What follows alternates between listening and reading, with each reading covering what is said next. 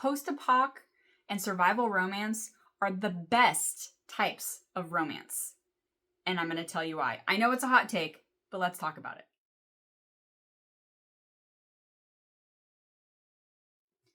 Hi everyone, and welcome back to my little corner of YouTube. My name is Lindsay Pogue. I am a genre-bending adventure romance author, and this is my unscripted The Author's Mind segment because I really like getting nitty-gritty about storytelling. Today I'm revisiting something that I've talked about before, how you cannot get better sexual tension than you can in a survival or post-apocalyptic romance. Whether it's mafia or billionaire romance, you name it.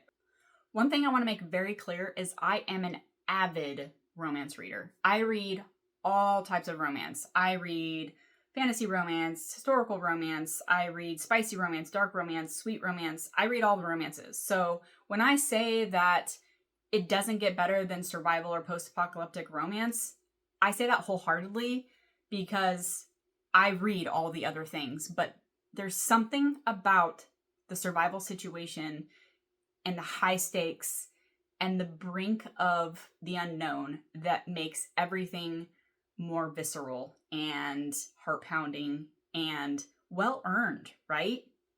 All romance has sexual tension.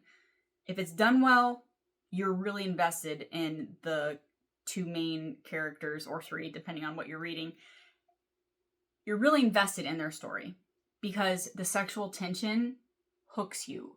You're rooting for them. You want to know all the ups and downs and the obstacles because you want them to fight to get to each other.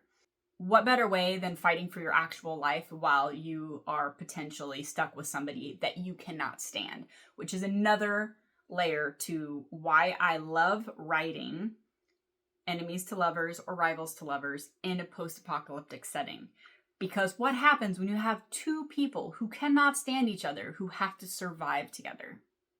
And that opens the door to my favorite trope, or one of them anyway, and that's forced proximity. Forced proximity adds so many layers. It's like the perfect bowl of potential when you are writing a romance and you want sexual tension. Sexual tension, I don't know if that came out right.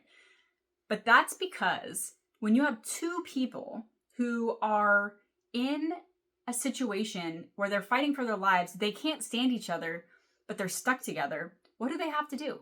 They have to rely on each other. But I'm getting ahead of myself.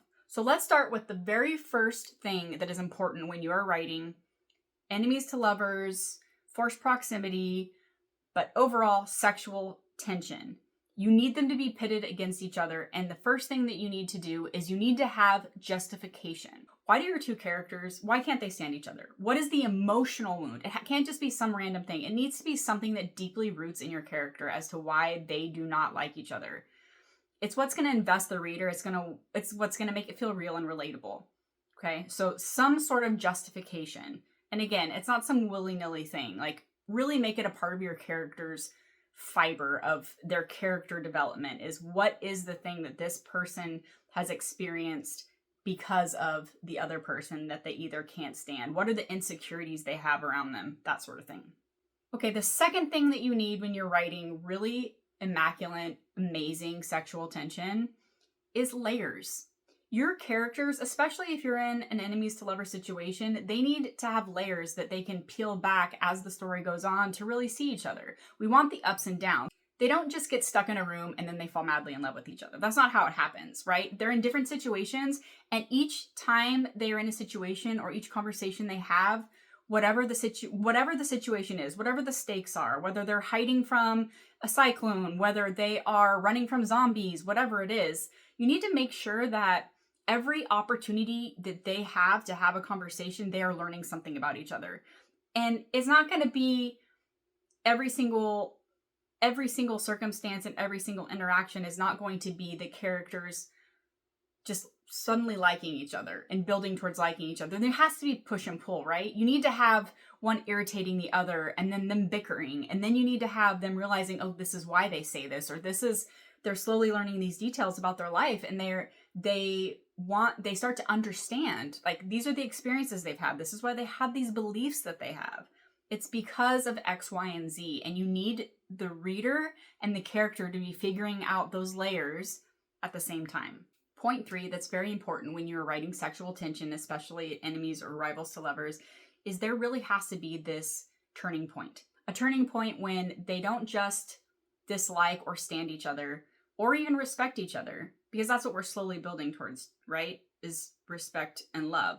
It needs to be that turning point of when does it become respect and love? And that is really important because it's part of the character arc and how they're changing in this world as we see it, right?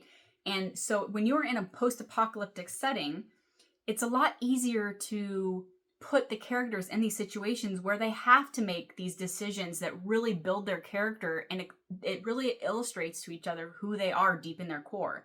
The stakes are really high. They're exhausted.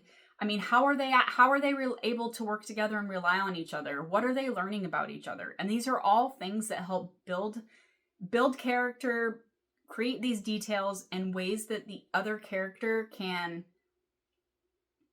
really start to fall in love, more than respect, but fall in love with each other. And the fourth thing that's really important, I mean, there's a bunch of things that are really important, but the fourth thing that's really important, and that has to do with the payoff.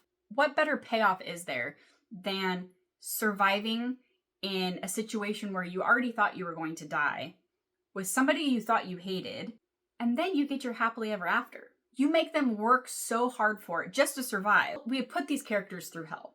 We have stripped away every comfort that they could possibly have. They're probably beat up. They're exhausted. They don't know if they're going to live another day. And that really strips away the pretenses of things that we used to think were important, right? We trust each other. We respect each other. We love each other. And that is an amazing payoff for the reader because they have been through the same hell that the characters have been through. Again, if you write it properly. As always, I would love to hear your thoughts on the topic. Be sure to put them in the comments below. You can like and subscribe my channel. If you want to read any of my post-apoc or dystopian survival stories, feel free to check out all the information in the description below. You can also find out more about the Dauntless author community that I have and my coaching if you are a writer and looking for more tips. So until next time, I really appreciate you guys hanging out. Be sure you like and subscribe because I have more videos coming. I will see you next time. Thank you for watching, and until then, happy reading and writing adventures, everybody.